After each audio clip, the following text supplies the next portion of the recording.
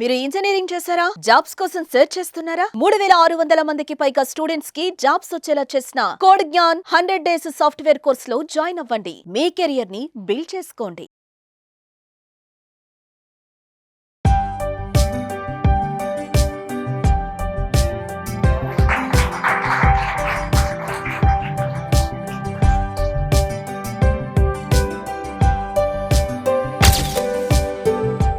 అందరికీ హాయ్, నా పేరు రేష్మా. నేను రీసెంట్గా మార్గన్ స్టాన్లే టాప్ మోస్ట్ ఎంఎన్సీలో ప్లేస్ అయ్యా మార్గన్ స్టాన్లే.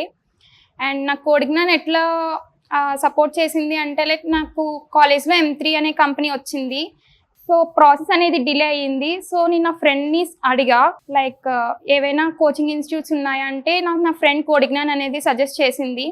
సో నాకు మార్గన్ స్టాన్లేలో ఎట్లా అయింది అంటే, ఇంటర్వ్యూస్ అవన్నీ లైక్ కోడ్ జ్ఞాన్ అనేది థియరిటికల్గా ప్రతి ఒక్కరికి వస్తుంది, కానీ కోడ్ జ్ఞాన్లో నేను చేరుకున్న తర్వాత లైక్ నాకు కోడింగ్ ఇంప్లిమెంటేషన్ అదంతా గ్రాడ్యువల్గా రోజు నేను ప్రాక్టీస్ చేస్తూ ఉండగానే ఇంకా నేను మార్గన్ స్టాన్లే అనే ఇంటర్వ్యూ క్లియర్ చేసా. ఇట్లా నాకు కోడ్ జ్ఞాన్ అనేది సపోర్ట్ చేసింది. అండ్ నా ఫ్యాకల్టీస్ వచ్చేసి నాకు మాకు జావా డీల్ చేసింది మళ్ళీ సార్ కూడా రిలివెంట్గా ఏదైనా చెప్పడం కానీ, అర్థం కాకపోయినప్పుడు అడిగేటప్పుడు ప్రతిసారి ఎక్స్ప్లెయిన్ చేయడం కానీ అట్లా చేసేవాళ్ళు.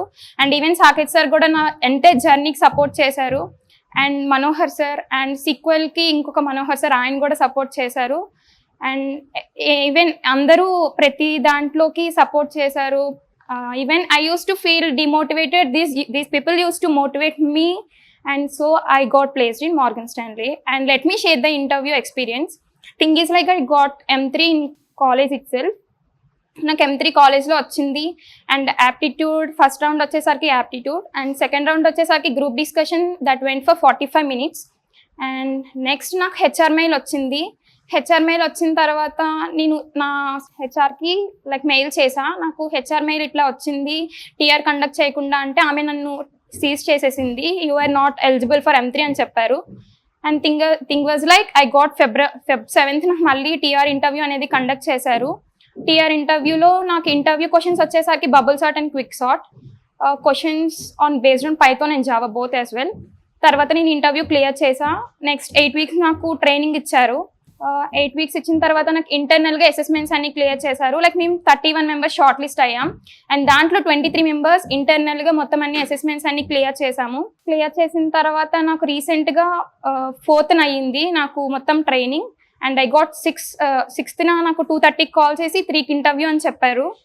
అండ్ 3కి ఇంటర్వ్యూ అయింది. Next day I got results that I was selected in Morgan Stanley. That was the top most company in MNC.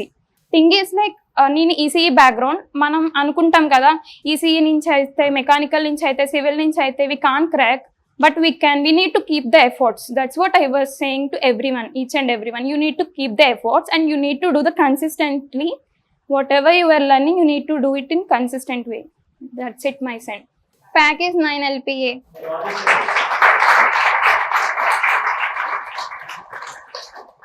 మీకు అంత పెద్ద ప్యాకేజ్ వచ్చింది కదా, అసలు మీకు అంటే ఆ కంపెనీకి అప్లై చేయడానికి వెబ్సైట్ కానీ అలా ఏమన్నా? ఫస్ట్ నాకేంటంటే ఇది M3, ఇది జస్ట్ లైక్ కన్సల్టెన్సీ. ఇప్పుడు మనకి కోడ్ జ్ఞాన్లో ఎట్లా ట్రైనింగ్ టైప్ ఉంటుందో అది కూడా M3 అనేది అట్లాంటిది. Like I was to know like when I got results. అంటే M3 కూడా ఫస్ట్ నాకు కాలేజ్ ప్లేస్మెంట్ వచ్చింది. కాలేజ్లో ఫస్ట్ రౌండ్ వచ్చేసరికి యాప్టిట్యూడ్, కోడింగ్, దాని తర్వాత నా group discussion went for 45 minutes. Later on టీఆర్లో నాకు Python and Java DSA questions, bubble sort, quick sort. And తర్వాత ఐ క్లియర్డ్. తర్వాత నాకు హెచ్ఆర్ మెయిల్ వచ్చింది. హెచ్ఆర్ మెయిల్ అయిన తర్వాత చెప్పాను కదా ట్రైనింగ్ 8 weeks తీసుకున్నాము. 8 weeks అయిన తర్వాత దాంట్లో షార్ట్ లిస్ట్ టాప్ ఎవరైతే ఉన్నారో 31లో ఇంకా 23 షార్ట్ లిస్ట్ అయ్యాం. దాంట్లో I was placed in Morgan Stanley. And DSA మీద క్వశ్చన్స్ అడిగారని చెప్పారు కదా, మీరు ఏమేమి రిసోర్సెస్ యూజ్ చేశారు అది ఇంటర్వ్యూ ప్రిపరేషన్కి? మ్యాథ్స్ నేను కంప్లీట్గా మా సార్ చెప్పిన నోట్సే ఫాలో అయ్యా. అంటే మాకు డీల్ చేసింది మళ్ళీ సార్ చెప్పిందే కంప్లీట్గా ఫాలో అయ్యా. సార్ చెప్పినంత వరకు ప్రిపేర్ అయితే సరిపోయిద్ది క్రాక్ చేయడానికి. And YouTube and Java T Point as well as నాకు కొంచెం అర్థం కానప్పుడు W3 Schools కూడా చూసేదాన్ని. అదే మీరు డిఎస్సికి ప్రిపేర్ అయ్యారని చెప్పారు కదా, మీరు ఎక్కువ ఫ్రంట్ ఎండ్ వైపు ఎక్కువ ఫోకస్ చేసి ప్రిపేర్ అయ్యారా, లేకపోతే బ్యాక్ ఎండ్ సైడ్ ఎక్కువ ప్రిపేర్ లేదు, మొత్తం అంతా బ్యాక్ ఎండే. అంటే ఎక్కువ దేని మీద ఎక్కువగా క్వశ్చన్స్ వచ్చే అవకాశం ఉంది ఇంటర్వ్యూస్ లో? ఇంటర్వ్యూస్లో linked list, double linked list, hash map, hash set and స్ట్రింగ్స్లో వచ్చేసరికి మొత్తం స్ట్రింగ్ బిల్డర్, స్ట్రింగ్ బఫర్. ఇంకా అంటే ఇప్పుడు మీరు చెప్పిన జావా వాళ్ళు ఎక్కువగా డిఎస్సికి ఎక్కువ ప్రిపేర్ అవుతారు, మరి పైథాన్ వాళ్ళకి మీరు ఎలాంటి సజెషన్ ఇవ్వగలుగుతారు? అంటే వాళ్ళు డిఎస్సి నేర్చుకోవాలంటే వాళ్ళు ఎలా? బట్ మీరు ఏంటంటే పైథాన్ మొత్తం అంతా కంప్లీట్ గా నేర్చుకొని పాండాస్ అవన్నీ ఉంటాయి కదా, Okay, సో అక్కడ వరకు libraries. నేర్చుకున్న తర్వాత డిఎస్ఏ మీరు చూస్ చేసుకోవచ్చు. అంటే లైక్ మీరు కంప్లీట్ గా ఉండాలి పైథాన్ బేసిక్స్ కానీ మొత్తం, అంటే లూప్స్ కానీ కండిషనల్స్ అంతా మొత్తం అంతా మీరు స్ట్రాంగ్ అయినాక you can choose for DSC. మీరు ప్రిపేర్ అయ్యే టైంలో ఏమైనా ప్రాబ్లమ్స్ ఫేస్ చేశారా? లైక్ మెటీరియల్స్ లేక, లేకపోతే ఏమన్నా టైం చాలక, అంటే క్రాక్ చేశారు కదా ఎగ్జామ్స్లో కూడా లింక్డ్ లిస్ట్ అని సమ్ క్వశ్చన్స్ అడిగారు కదా, అలాంటి టైంలో మీకు టైం చాలక లేకపోతే సిచ్యువేషన్స్ ఏమైనా ఫేస్ చేశారా?